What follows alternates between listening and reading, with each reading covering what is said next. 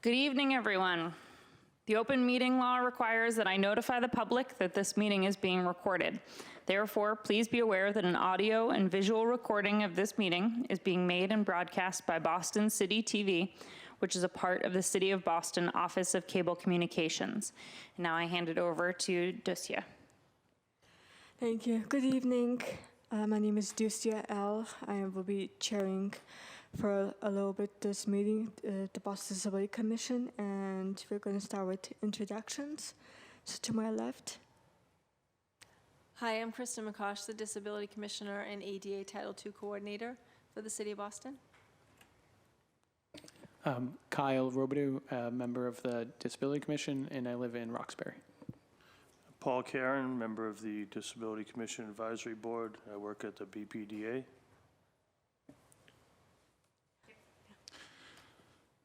Carl Richardson, member of the Disability Commission, and I live in Brighton. Yardley Sanchez, member of the Advisory Board. I work for Health and Human Services, and I live in Dorchester. Hello, Wesley Ireland, Commission member, and I live in the North End. Zaria Amir Hosseini, and I live in South Boston. Thank you. I just want to apologize for my improper introduction. I am on the board, and I live in Mission Hill, Boston, Massachusetts. Thank you. And on the phone? This is Jerry Boyd, and I'm from West Roxbury, and I'm a commission member. Any other board This members? is Jason. I'm sorry, go ahead. Oh, nope, go ahead. It's Jason Sandoval, General Manager of Rockland Trust Bank Pavilion. I live in Southie. Great. Thank you.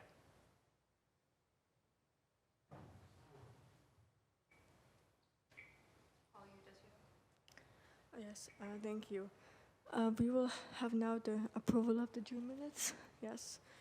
And yeah, I have here the approval, and I have here the June minutes, and like, is there any confirmation? Yes.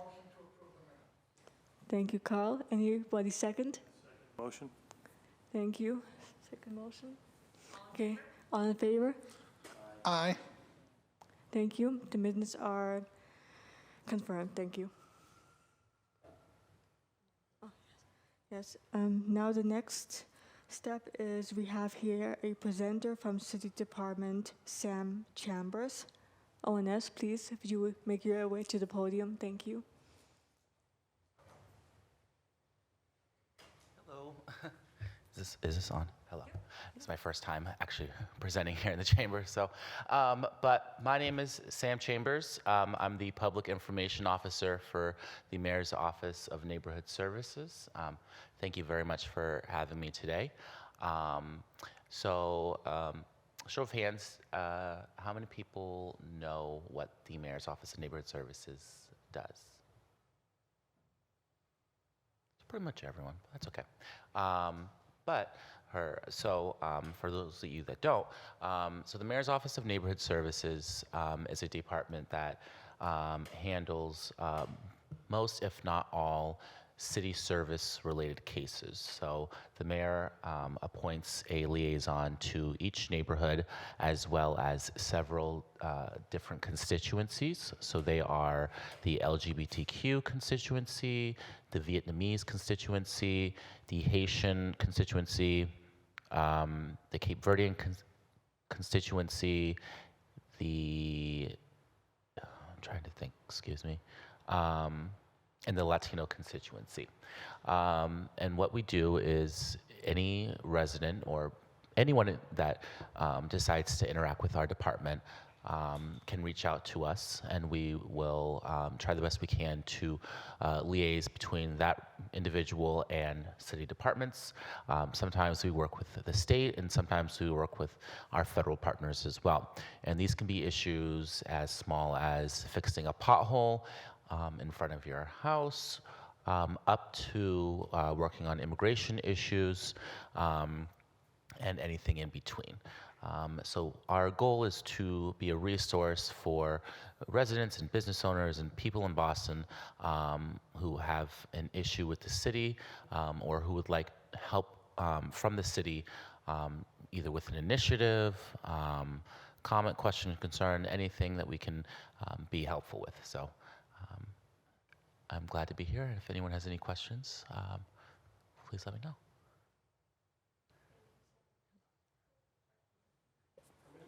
Yeah, thank you. One question from the board. Ms. Yardley. Yardley. How many your constituents in your neighborhoods call about issues with disability? I would say we deal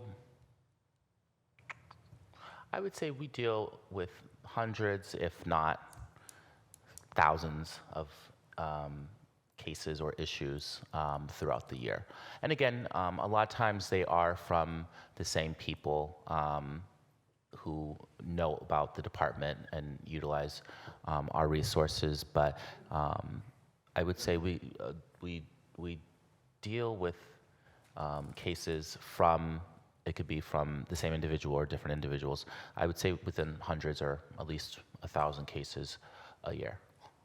And again, it could be simple as following up on a pothole or a tree request to trying to get an event started in the neighborhoods and everything in between. What would be, excuse me, what would be the most common issue that you would get regularly on a call from?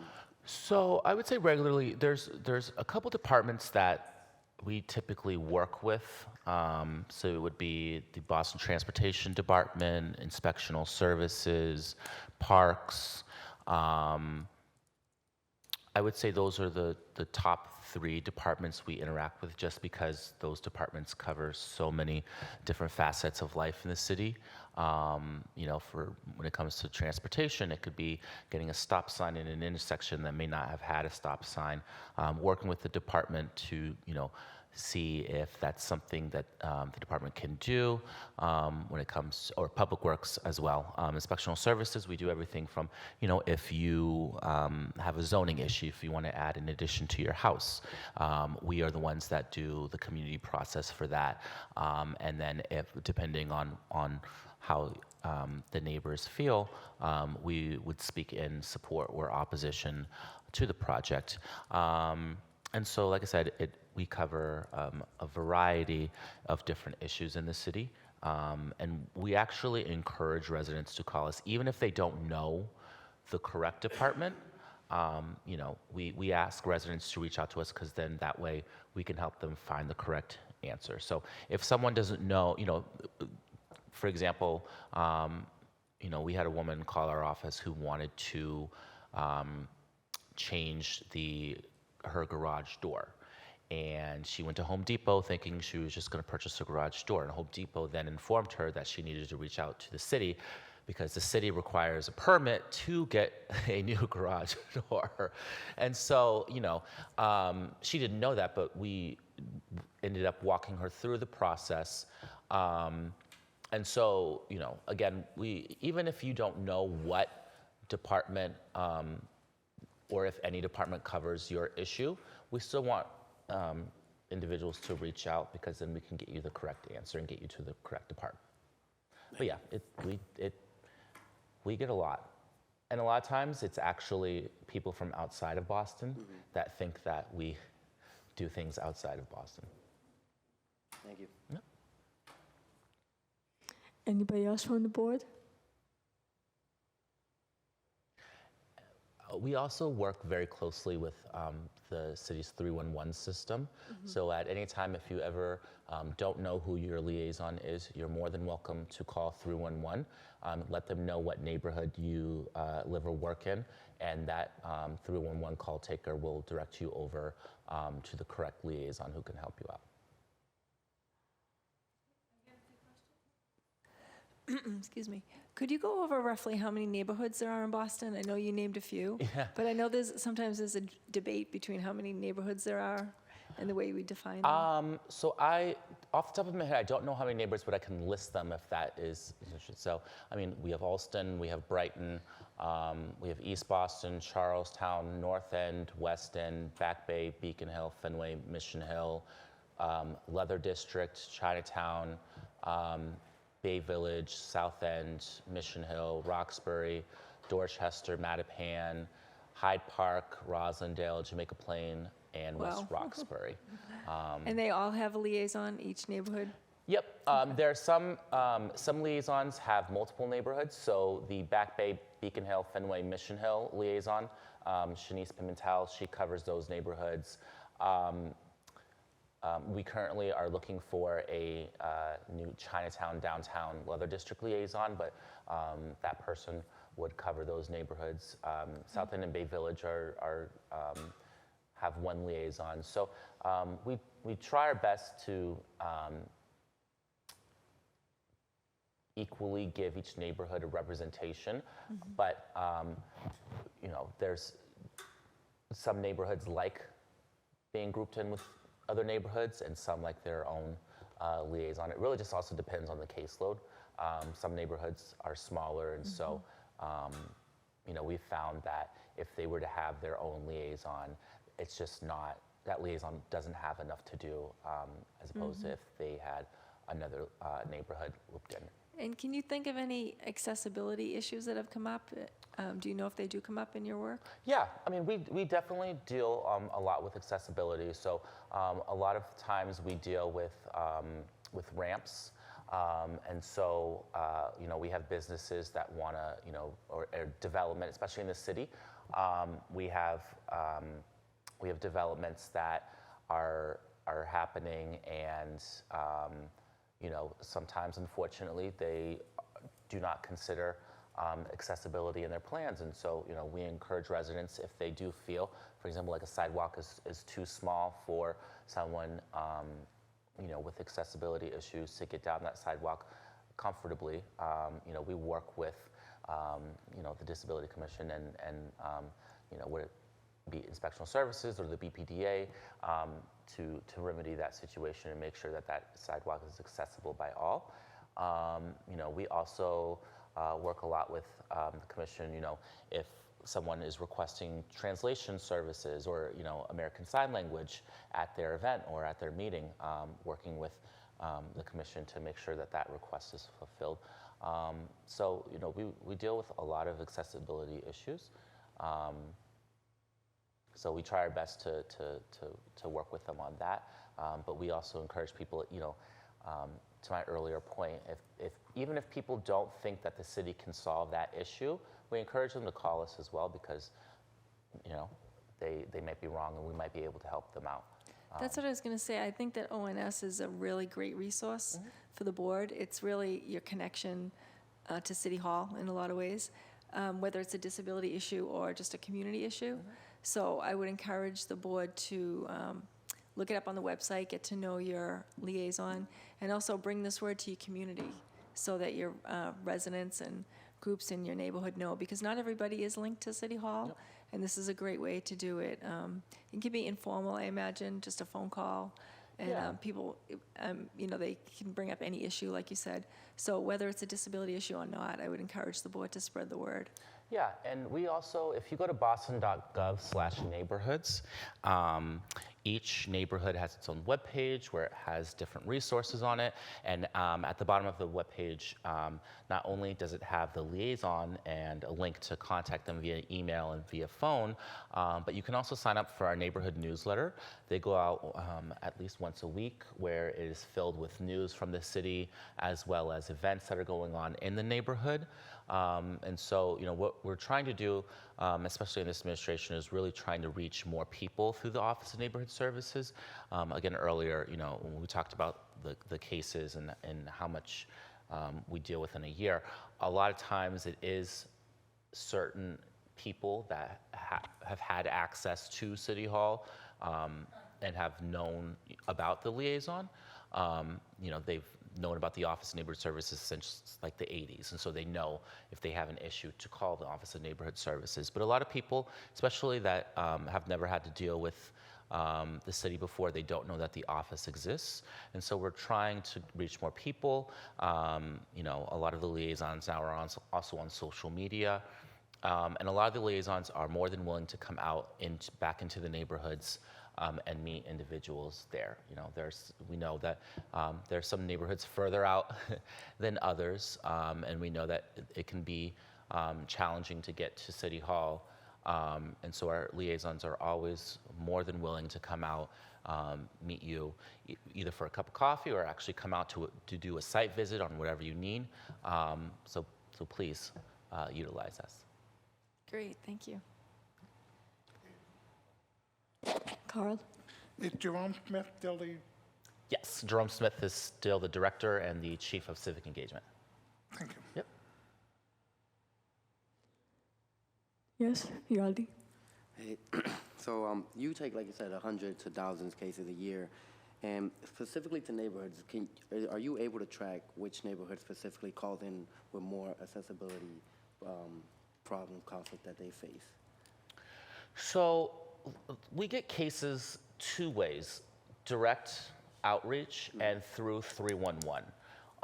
And so if you're trying to figure out how many accessibility cases, that one, by direct outreach, that's a little bit harder just because it can be either through a phone call or through email. So that individual liaison would have to go through their communications and individually tally how many accessibility issues there are. When it comes to 311, it's a little bit easier because it is data driven, and so they do use keywords and do have what I like to call tags, which kind of identify like the case, whether it's accessibility issue related to public works or a sidewalk or the street or whatever it may be. But that way, it's a little bit easier to find. So yeah, there are two ways to figure that out. The harder way is through direct outreach, just because if it is a phone call, there's no real way to count how many accessibility phone calls we've had. Email is a tiny little bit easier because we can always do a query for accessibility cases via email, but the easiest way would be through 311. Thank you. Mm-hmm. Thank you. Anybody else from the board? Yes, Elizabeth? Yes. Would it be possible going forward to somehow flag or notate if something like a call was disability related? Yeah, I mean, I think that would have to be I would have to speak to Chief Smith about it, and I think Chief Smith would have to speak to the commissioner about how we go about flagging that. But I think that's definitely something that we would be interested in, just in the sense of transparency and also making sure that all residents are being helped. Again, if 311 would be the easiest way for us to identify accessibility cases, and so if people are looking for numbers and looking for that case to be tracked specifically, we would encourage them to use the 311 system and then go through the 311 system to reach the Office of Neighborhood Services. But you were otherwise saying if these were calls made directly to your office, that there currently isn't a way to capture that information. Is that my understanding? Well, I mean, again, we get cases three ways. Well, I would say four: in person, through a phone call, through an email, and through 311. And so, I think for most cases, if it is an accessibility issue, I'm sure the liaisons are working with the Disability Commission, but in terms of in-person requests and phone call requests, it's a little bit harder to figure out those numbers just because it's all in person. It's over the phone, so there's not a lot of times information, if it meets a certain threshold, would not be captured via computer. It would be captured. Yeah. does a lot of data tracking, so we can follow up offline about that. Yeah, I was going to say, it just, as a further offline discussion, it just, not just for ONS, but for other related agencies, it just raises an interesting point that because even frankly, it's not just disability issues versus non-disability issues, but I would think even the nature of, for instance, 311 kinds of calls might be accessibility due to a construction, a construction obstacle or things that might be sidewalk impediments versus other kinds of, even within the disability community, the types of questions that arise. I think it would be of help to us to help Yeah, I can work with you on catalog. that Yeah, data. sure. We have a lot of it. Yeah, definitely. And like I said, 311, the data they have is quite amazing because some of the things that they capture, you may not think that we would capture, if that makes sense. So I'm sure if someone is calling, let's say for example, there is some type of impediment on a sidewalk next to a construction site, I would assume that 311 would note somewhere that this is an impediment for travel on that sidewalk. And so I would assume that type of data tag would come up if someone were to ask for all the accessibility issue data requests that we have. Oh, I agree with you. I just was thinking, and again, just an ongoing topic of interest for our commission, for our advisory board, I should say, is that given that depending on the nature of the issue, people might say it's a cultural event, accessibility at a cultural neighborhood level event versus citywide. Would people, or how might people broach that information? Just different ways that we might get the lay of the land of what interests people. But again, more as it just stimulated my mind about ways that I'm sure in addition to what the commissioner could inform me are already ways that information is gathered, but are there some additional ways that we might even get a better handle on that through other channels? Yeah, we can follow up offline. Yeah, exactly. Yeah. Thank you. Thank you. Thank you. Any other questions from board members? Yes, Wesley. I have a question. This is Wesley. And I have a question. Are you finding that phone calls or 311 requests are coming in more often?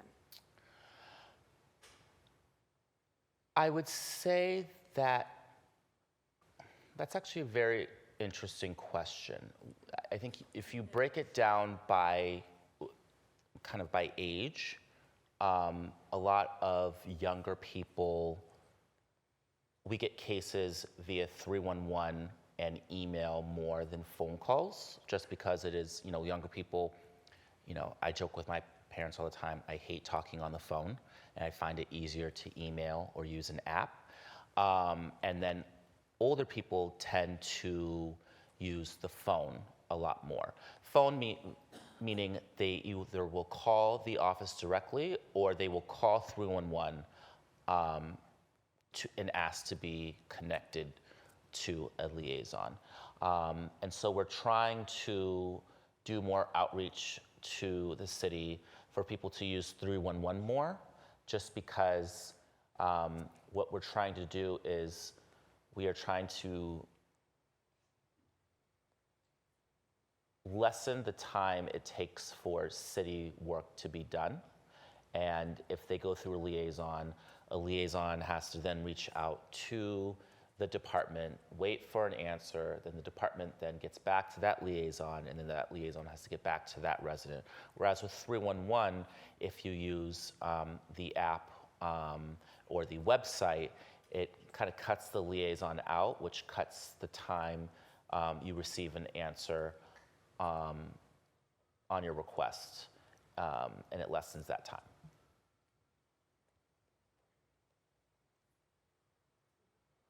Okay, that's great, thank you. I have a second question as well.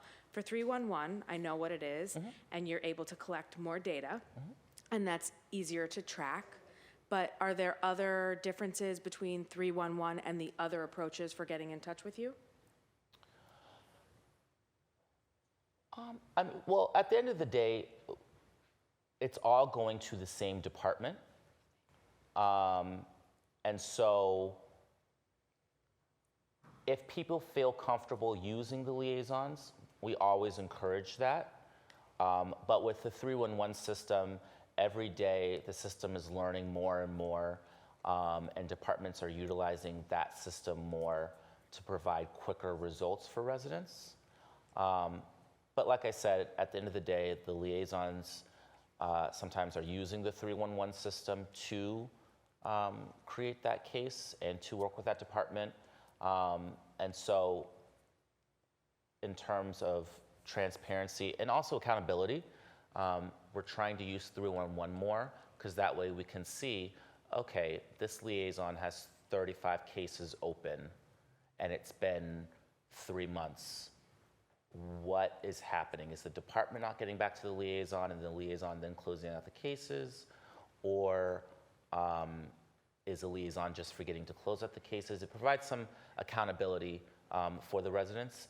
And whenever a resident calls 311, they will always get a case reference number so that if they do want to follow up with that case reference number, we can then immediately go to that case and figure out what's going on with that. Carl? Thank you. I downloaded the Boston 311 app and played with it for a second. And I use a screen reader because I can't see the app, I'm blind. And not everything was labeled properly. Some of the things just said button, so I have no idea what the button was for. So you might want to take it back that the app is not completely accessible for blind phone users. Yeah, and so something interesting that we are working on, so the mayor has created a language and communication access program, who's the director, her name is Manar Swaby, and her single role as a city employee is to make sure that city products and city resources are accessible by all. And funny enough, she actually sits in 311. So she's been meeting with every department, every chief, going through their systems and making recommendations. But what I can do is if you want to give me a call or send me an email, I can introduce you to her to give her that feedback as well.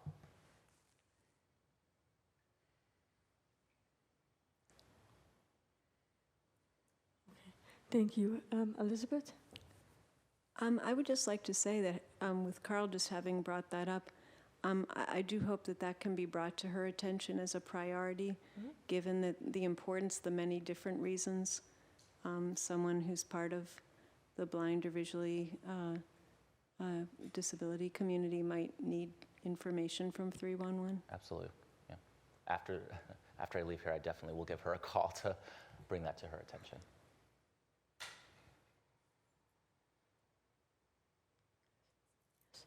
All right, any other questions from the board? Oh, yes, on the phone. Okay, any question from the public? Is Mr. Chambers going to stay till the end of the meeting? Unfortunately, I have another event, but I can give you my business card if you want to communicate further. I'm sure you'll be interested in what I have to say, so I would like your card. Okay, absolutely. Yeah, I'll give you my card. All right, thank you very much. I'll also leave some cards here on this blue table in case someone else wants to reach out to me. Yeah, once again, thank you very much. Thank you. All right. The next we have the chair's report. Jerry, do you want to provide the chair's report?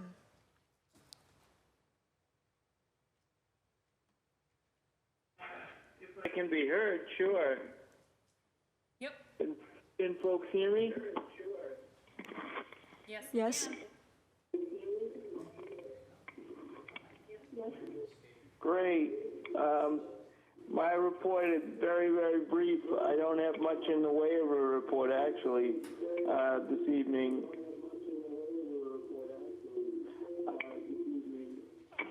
I was, hold on one second while I turn down my TV. I apologize. You've got you in stereo.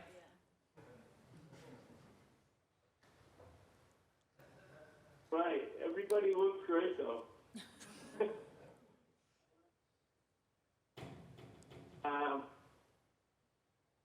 Yeah, I just wanted to, again, apologize that I couldn't be there in person tonight due to the storm. My ride kind of got fouled up.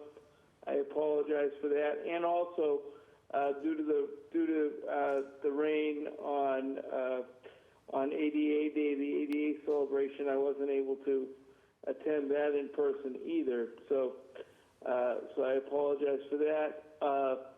Other than that,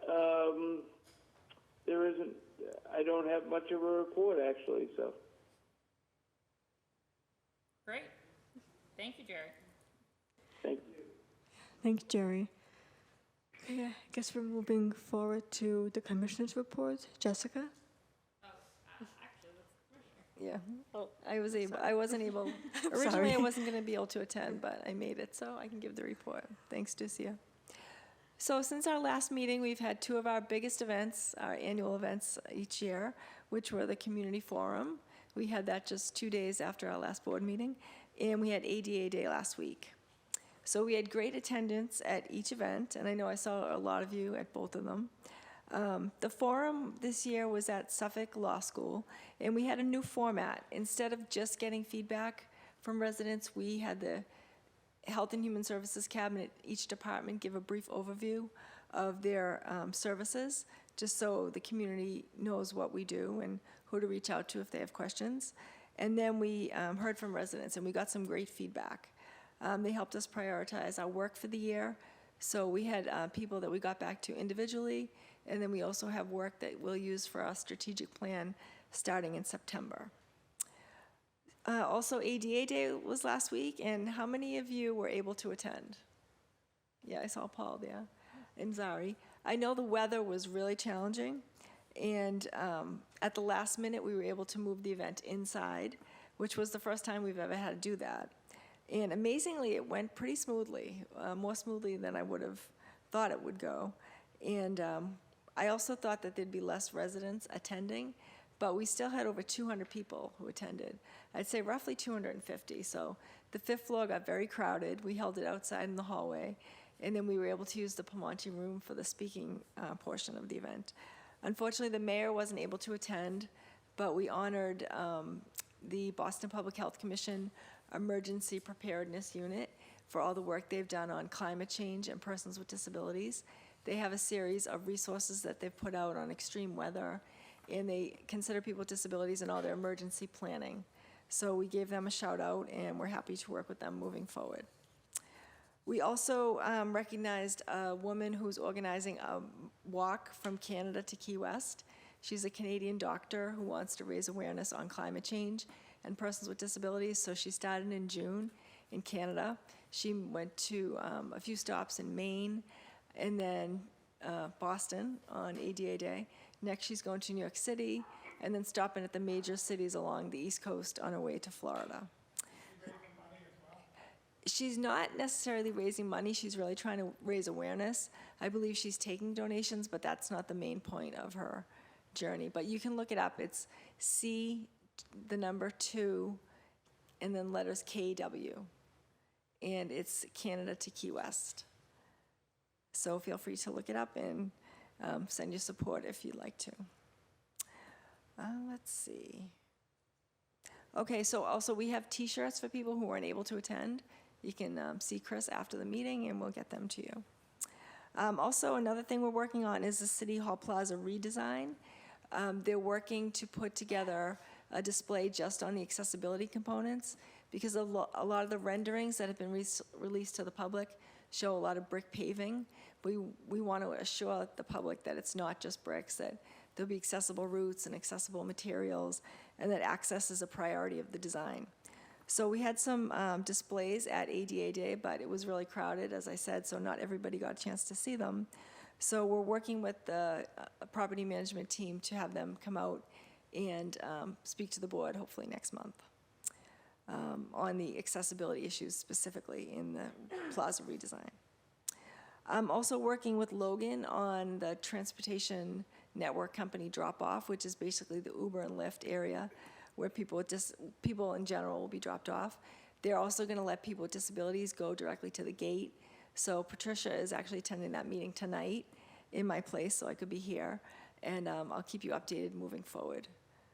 Other than that, I don't have much else, but I wanted to ask Jessica to talk about the Financial Empowerment Summit for people who are deaf.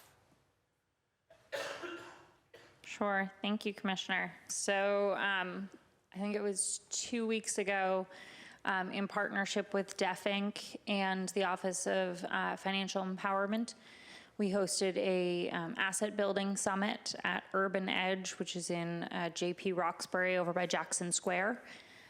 It was on one of the really, really hot Saturdays. And so luckily there was AC in the building. And so we had about 20 community members who were not Deaf Inc. staff, and then 5 or 6 Deaf Inc. staff. So we had about a total of 25 participants, which was a great turnout for a hot day. That went to 2 different workshops that was led by a deaf financial accountant, which was budgeting and saving for retirement. So, and throughout the day, there was financial checkups, which allowed for deaf community members to have a soft pull of their credit report and sit down with someone and talk to them about their credit report, what it means, how to increase financial awareness and financial education, and also the opportunity to talk to a couple different financial institutions that were there. It was the first time that we had ever done something like this, and it's certainly something of this magnitude. It's built off of the tax days that we do during tax season, the ASL tax days that happen at Deaf Inc. And so we have just submitted the grant to renew the funding that we got this year for the tax days and for the summit, so that we can expand on what we learned this round and try and better support the deaf community next year. And that's it for my report, unless anyone has questions. Oh, yes, Carl. So I have a question regarding the financial empowerment. I think that's something that would benefit the disability community at large, because I find that a lot of us don't understand our personal finances, and where many members of the disability community have limited resources, SSDI, SSI, and you know, fixed income, that might be something exploring to open it up to the disability community at large. That's a great idea, and that's something we can consider in our strategic planning for the next year. The conference I went to in New York City in May, it was a convening of all the disability commissioners from across the country, and financial empowerment was a major component of the summit in New York City. We talked about what different cities are doing, and I mentioned all the work that Jessica's been doing on the deaf tax days and the deaf asset building summit. So it's definitely a key issue for people with disabilities, and other cities are working on it. So I have some models that we could use to develop it, but I think that's a great idea. It's definitely something that we'll put on our work list. Thank you. Any other questions from the board? This is Jerry. I have a question. Go for it, Jerry. Yeah, Commissioner, in regards to the ADA event and moving it inside, how was that publicized? Because I actually happened to go on Facebook, and BCIL had made an announcement, but I didn't see anything from the city. Yeah, it was very last minute. In fact, it was the morning of the event.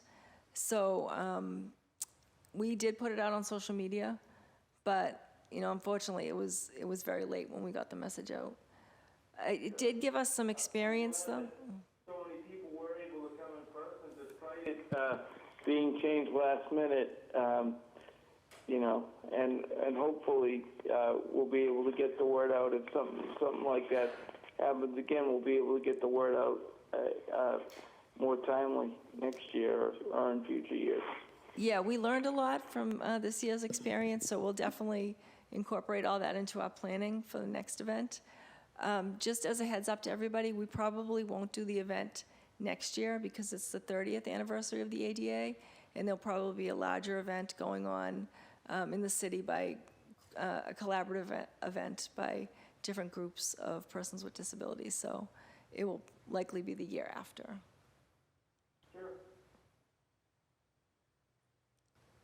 Is there anybody else on the phone? Or is it just no? Okay, well, thank you. Any other questions?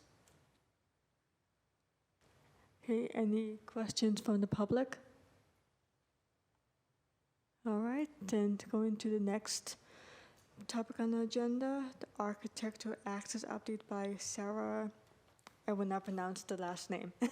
It's Sarah. Is she here? Sarah? Okay, thank you.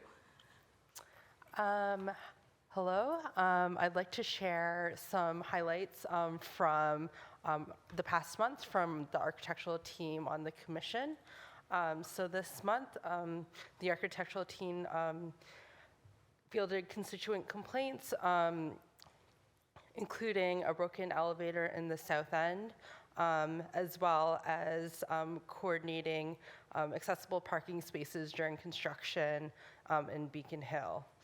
We've also met with Boston University on reviewing their application of variance requests for some of the accessibility improvements that they are doing to their existing buildings in Alston, and providing technical assistance on the new development that they have on ComAv. As well as we attended a universal design charrette with the H Strong Commission, the Department of Neighborhood Development, Enterprise Communities, the Boston Society of Architects, as well as 2 other architecture firms. So we discussed and did a design exercise for best practices with accessibility on how to apply them to new developments and existing developments within the city. Next month, we'll be hosting a training for college students from the Boston Architectural College regarding accessibility design as well as best practices with the H Strong Commission. I've also included in your packets 2 public meetings that we want to make you guys aware of and that you can share with your community. The first one is the H Strong Center Street Design in West Roxbury. It will be at 10 a.m. at the Boston Police E6 West Roxbury Station, as well as a transit bus priority learn-a-thon hosted by the Boston Transportation's transit team, and that will be August 21st at 6 p.m. at the Central Elder Services in Dudley Square. Thank you. Yes, Carl has a question. Carl, I see you have a question. Yeah, nobody gets off the hook with me. Can you give me an example of some of the variance requests that BU is asking for? Yes, so BU is doing a large project, an existing building accessibility upgrades, including adding ramps to one of their more historical buildings, and they've been asking a variance request for egress stairs. They don't quite meet the code in terms of slope, and they were looking for solutions or possible ways to make the situation better, given that it's an existing condition, and they want to make it as user-friendly as possible. So we gave them some hints or some design ideas, including adding railings to provide stability for people when they're entering the egress stairs, as well as posting information on their website to make people aware that these stairs may not be to code, and so users should be aware of that. And are they being receptive to the idea? Yes. Historically, Boston University has always sought the Commission's support in these variances, so we're very happy that they were receptive to our technical assistance. Thank you. Any other question from the board? Oh, Elizabeth? Yes. This partly touches, I think, on universal access as well as issues that I think would be of concern to the board, that there are a few different major financial institutions with offices on Boylston Street that have recently made changes that are really off-putting to members of the disability community. One of them is that at Bank of America locations, they've chosen to use, at least in one location, they had chosen to use the lowered teller window to be, I guess my understanding is if people are receiving large amounts of change, that they have a plexiglass, a transparent structure with a door that not only is a little bit awkward physically to open, but it has more the look of a transparent safe.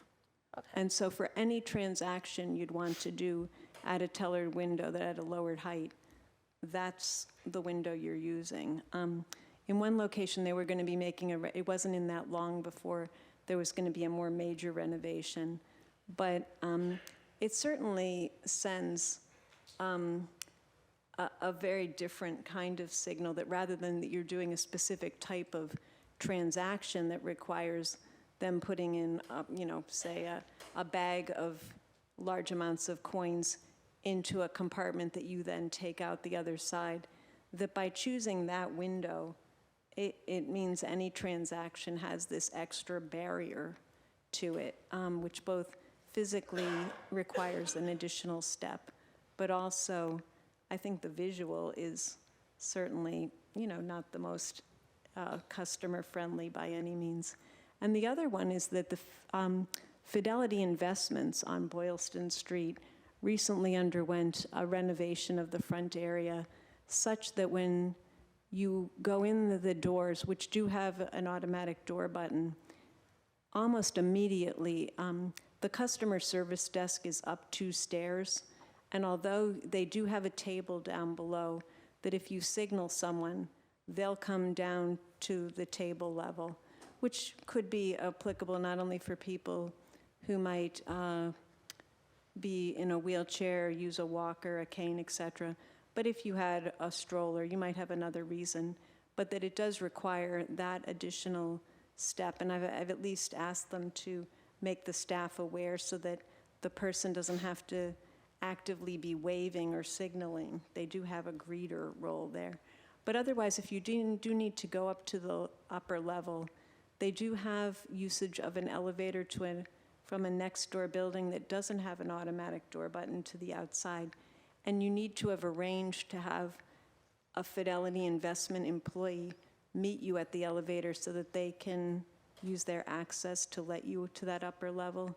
So it seems like a convoluted process, and it certainly visually is very off-putting to go into something that is a newly 2019 implemented structure that immediately has stairs to reach the customer service desk. So I think if there are, even if they were able to check a box that said they do have an accessible means for someone to reach the other office levels, I think these are 2 examples of cases where large financial institutions with chains in that sense, with multiple locations, I think really are conveying a negative message to the disability community. And I don't know, part of this can be an offline discussion as well, but I do think it's worth are being aware of that these are actively happening in spaces where other designs could have been accommodated. These are not historic retrofit situations. This is space that, these were things that were either, in the case of the safe-looking structure, it didn't exist. It went into place within, say, the last 3 or 4 months. And in one location, at least, as I said, that's the window they chose. And in the other case, it absolutely was reconfigured space. And I don't know what the logic was to the design they chose, but it certainly, to me, is the opposite of something that's universal or inviting to all customers. Yeah, so we can certainly look into those 2 specific cases, but I think that perfectly illustrates why we're trying to have more of these trainings with these college students that go to a design school, because these will be our future designers, and teaching them about best practices for universal design and accessibility, I think will have a big impact on what kind of designer they will be in the future. Oh, I absolutely agree for the future. So, but this goes more to the issue of these wouldn't, I don't think, would fall under the category of variance, because they didn't apply for, like say in the Fidelity example, they weren't applying for a variance. I'm sure they were able to check a box and said elevator access. It's just that there are multiple steps required to actually utilize it. So it falls more under the purview of the other part of the architecture team. Yep, we can certainly look into those 2 specific cases. Yeah, because I think it's all the more off-putting, going back to what Carl was saying. I do very much also support having the financial, having workshops or situations, the financial empowerment devoted to the disability community.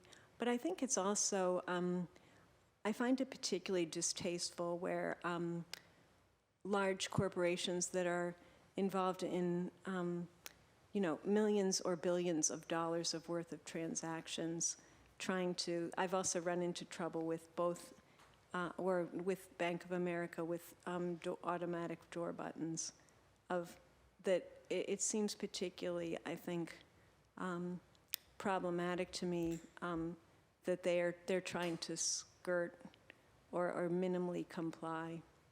Thanks. Thank you, Elizabeth. Any other questions from the board members? On the phone?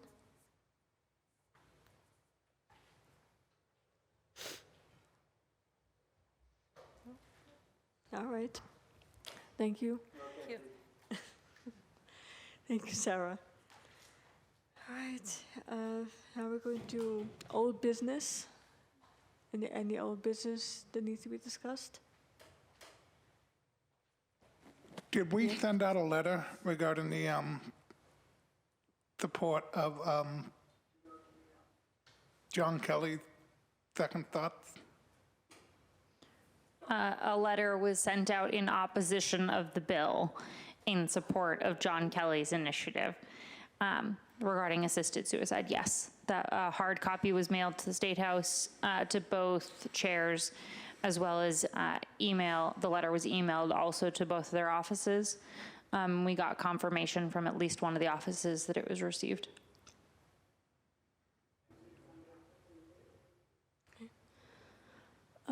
Thank you.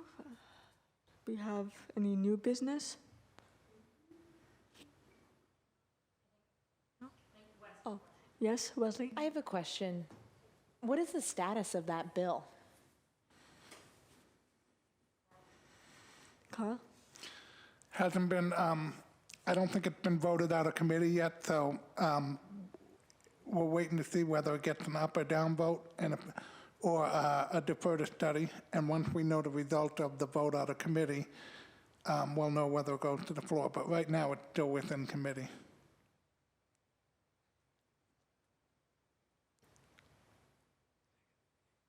Okay, thank you.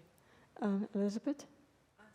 What about the status of the AAB bill, the architectural code bill?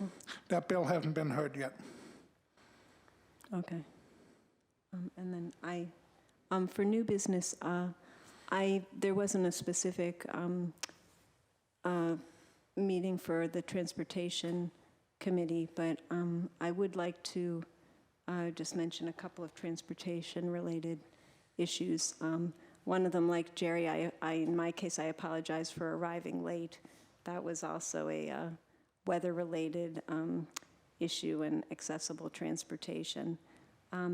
There have been improvements to the particularly lift wheelchair accessible vehicle availability, that there have been an increased number of vehicles available in the on-demand status.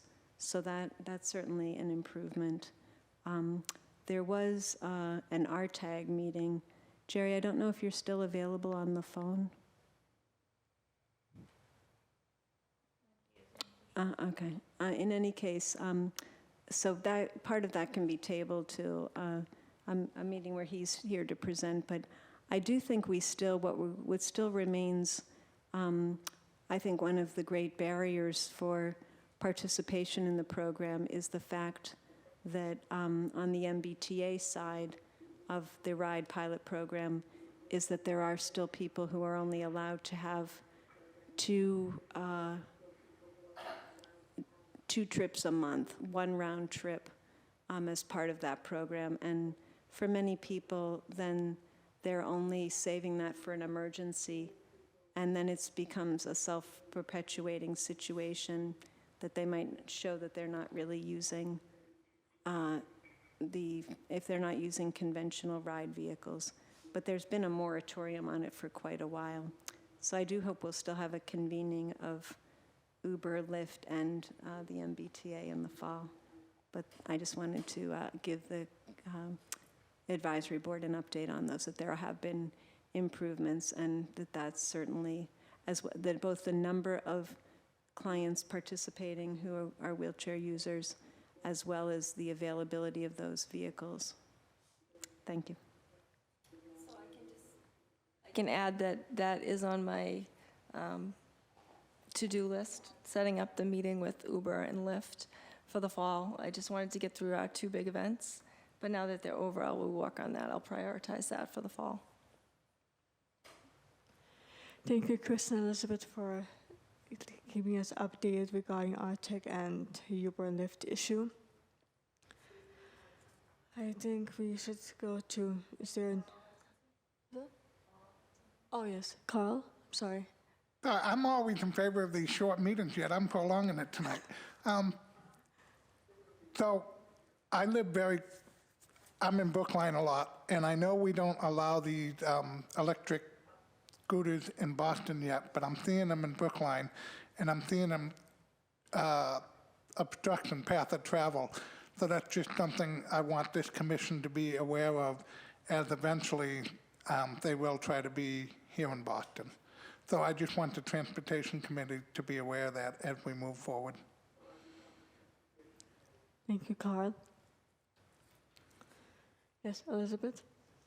Like Carl, I'm not trying to prolong the meeting either, but another issue that comes to mind, that I know Everett has its jurisdiction, but I hear that at the casino that they're charging people to rent wheelchairs.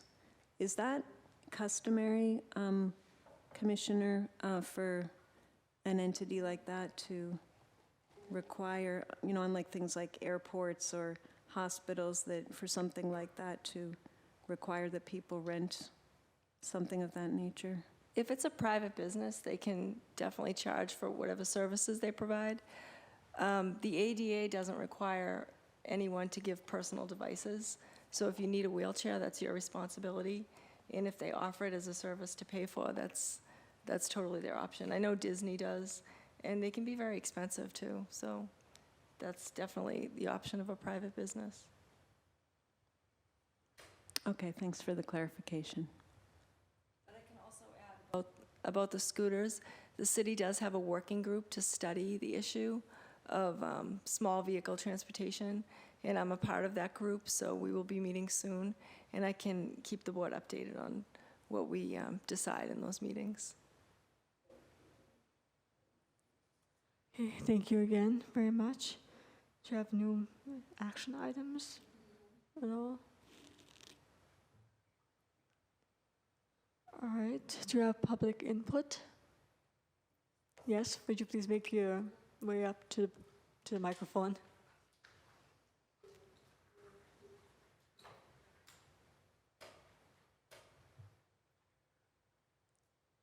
Good evening, everybody. I'm sorry to be the one to prolong the meeting. David Vieira from Hyde Park. Just a couple of brief things. At the last meeting, I talked about an incident that happened on Father's Day where the intersection at Dartmouth and Boylston Streets were blocked off for a private track event. I called the Office of Tourism and Special Events, and after 3 messages, somebody did get back to me. I explained my concerns about the blockage. They told me they'd get back to me. It took 2 weeks, and I didn't hear anything, so I called on Monday and went through it again with the same woman I spoke with, and I think she realized I wasn't going to go away. So yesterday she called back and she said the person I needed to speak with was on vacation and will be back on Monday. So hopefully I will have that discussion. And Commissioner, if you don't mind, if we can get an explanation from why that happened, I would like to give him your name so that you can discuss it with him directly. Is that all right? Yep, that's fine. Okay. And the other thing is I'm back on the subject of my favorite, which is bikes. At the last meeting, at the meeting we had with the city councilors where we were discussing issues, Councilor Flynn told me to get in touch with his office and he'd see who was working on bikes at the police department. And I got in touch and I haven't heard back. So I would like to ask the commission to plan one of these monthly sessions with the Boston Police Department, someone from the Blue Bike Subway, a member, a representative from whatever bicycle coalition there is active in the city, and the Mayor's Office of Neighborhood Services, which I had planned to ask for before I realized that the Neighborhood Services gentleman was going to speak to us today. Bikes are continuing to be an issue on the sidewalks, on the crosswalks, and on one-way streets, and nobody seems to be able to pick up the ball and get it resolved, especially where we're dealing with the issue of scooters coming to town. Dan Ray had a segment last night about the scooter issue in Brookline, and it's turning into a major disaster for people on the sidewalks and in the streets. And if those scooters come to Boston, if we can't discipline the bicyclists to behave, we're not going to be able to discipline those scooter people either. And I'm totally opposed to those scooters on our public streets. So David, what type of session would you like us to set up? I'd like you to have a representative from each of those people here so that we can discuss the violations that these bikers are causing on the sidewalks and where they're parking their bikes and going down one-way streets, and you're looking one way at the traffic and a bicyclist. I got sideswiped last month in Jamaica Plain by a bicyclist on a sidewalk, and he didn't stop. He just kept going. And somebody had to help me pick up the grocery bag that he ripped when he sideswiped me. Nobody's paying attention to these violations, and I have every respect for the bicycle community, but they've got to learn that if they want to be respected on the streets, they also need to have respect for the people using the sidewalks. You shouldn't be riding a bike through pedestrian traffic at a crosswalk. You shouldn't be parking your bikes where there are obstructions to people with wheelchairs and walkers and canes. Somebody has to really bring this issue up to the forefront so that we can have a legitimate meeting with the bicycle users and try to explain to them what obstacles they're putting on our paths. Now, I'm going to ask a question, and because I can't see everybody, how many of you have had an issue with a bike over the last 6 months? Please say yes. Yes. Thank you. Enough said. All right, we'll work on that. Thanks, David. Thank you very much. Sorry. Sure. Can you elaborate a little bit on your concern about the Mile Invitational in June? and blocking About the off what? street? About the mile, the race in Oh, the race? Copley Square.